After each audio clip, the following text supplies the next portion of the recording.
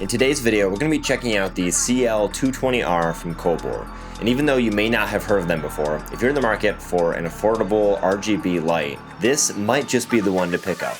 Let's jump in. This video is sponsored by Kobor.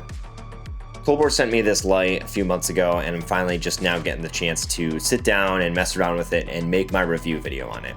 They didn't tell me anything to say in this video. All these thoughts and opinions are my own. However, in doing research for this light, I found it kind of difficult to find other lights to compare it to. And it turns out that this is actually a very good value for what you're getting. So let's jump into some of the specs of this light.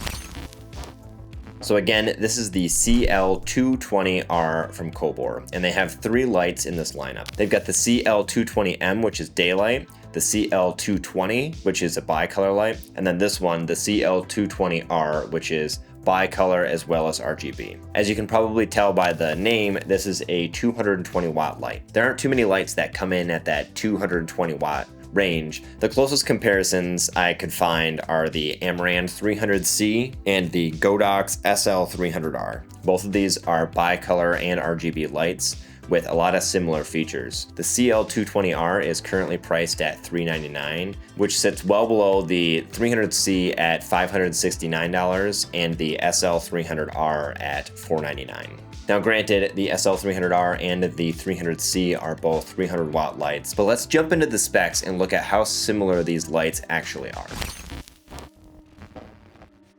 So although the 300C is actually the most expensive light of the three, it outputs the least amount of light according to B&H. B&H has it listed at 26,580 lux at 3.3 feet with the reflector on. And the CL220R actually outperforms it at 3,600 lux at 3.3 feet. And then the Godox SL300R takes the lead with 43,300 lux at 3.3 feet.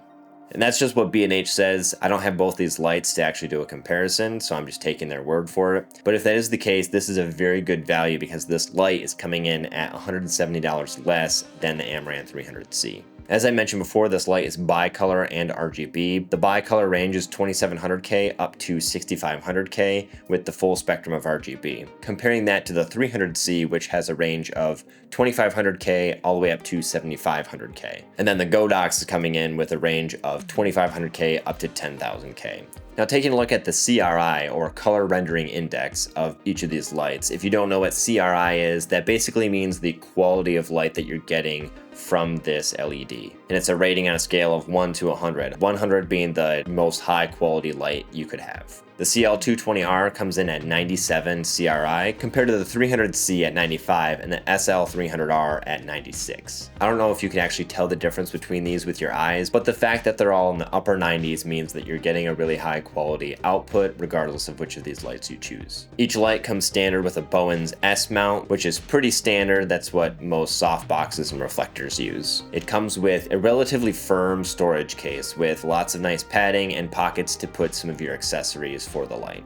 For the price point of this light being just $400, it actually has really good build quality, with most of the light housing being made out of aluminum.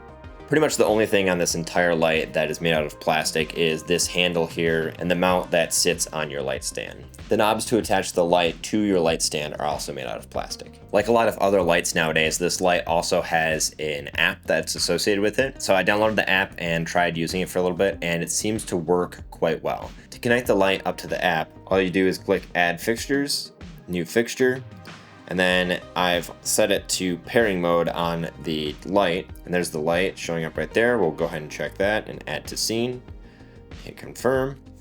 We'll come over here to our scene, and you can see it's currently at 0%, so we'll pull it up, pull the brightness up a little bit.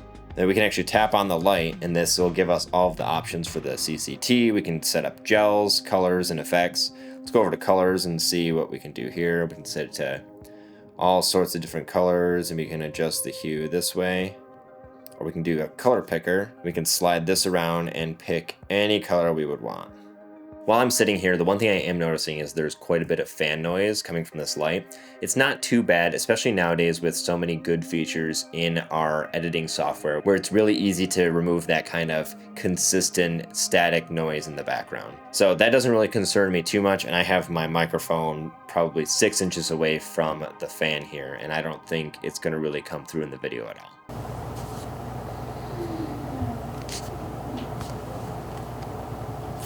In addition to coming with a nice carrying bag, there's also a strap for the carrying bag as well, and a reflector. This is actually kind of a funny looking little reflector, as it is quite a bit smaller than the reflector that I've got for my Aputure 120D. It's not that big of an issue, it's just kind of funny to see a small reflector like that. This light also has effects on board. You can either control them through the app or directly on the back of the light here. While this light does have a screen on the back, it's pretty rudimentary, and the screen takes a while to refresh as you're scrolling around, so it can get kind of frustrating. It's not the best looking UI I've ever seen on a light, but it is a bit nicer than having a light that doesn't have any UI at all, that relies solely on an app. So some of the effects that we've got here are this fire effect. We can adjust our temperature right in here. And if we click effect again, it'll cycle through all these effects. The right dial adjusts the temperature, and then the left adjusts what we're selecting.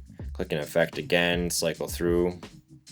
Not sure what this one's supposed to be, but it kind of turns on and turns off. Here we got the cop lights. It looks like we've got some sort of TV effect. And then you can also click this rate button here to cycle in between the different rate levels. Next effect, you create some sort of strobe light here. This one seems to be fireworks. It's a broken light. It's welding, which could be useful. This looks like some sort of lightning or something. This one actually looks like lightning. Not sure what the other one was. This is SOS. This just blinks back and forth, and then we're back to the fire. So that's all the effects for this light. And then the last accessory that's included with this light is this interesting NATO rail adapter, and it's designed to slide right in the side of these NATO rails on the light. This is meant to connect multiple of these lights together, and now that I say that, that's probably why this hood is so small, because it needs to stay within the confines of the body of this light, because it's designed to have multiple lights kind of daisy chained all together. And I guess you could use that to have a higher output light source. I'm not entirely sure what the use case would be for that, but it's an interesting feature to have for sure. In addition to having the NATO rail right on the light here, I guess you could use this as a point to mount other things, or if you're in a smaller YouTube studio setup, you could use it to mount a microphone or some other accessory right to the light here. So in summary, I was kind of impressed by this light. This seems like a very good value for what you're getting. And what is that? What are you getting? A screen on the back of the light. Doesn't have a gigantic ballast, which is kind of nice. An app that actually works, and some interesting effects that you can use. Full RGB, a carrying case, and Kobor seems like a company that wants to create better products. They want to get into this space of competing with brands like Aputure and Godox. And it seems like they're doing that. It seems like this is a step in the right direction. This is my first time ever hearing about them or using their products, but I can definitely say going forward that I'm gonna keep an eye out on Kobor and see what kind of products they have whenever I'm going to make another lighting purchase. I'll keep testing it and see how it works in the long run, but definitely check them out. Kobor's got some cool stuff, and I think you would be very happy if you were to pick up this light. So that's it for me. If you enjoyed this video, don't forget to like it down below. It always helps the channel.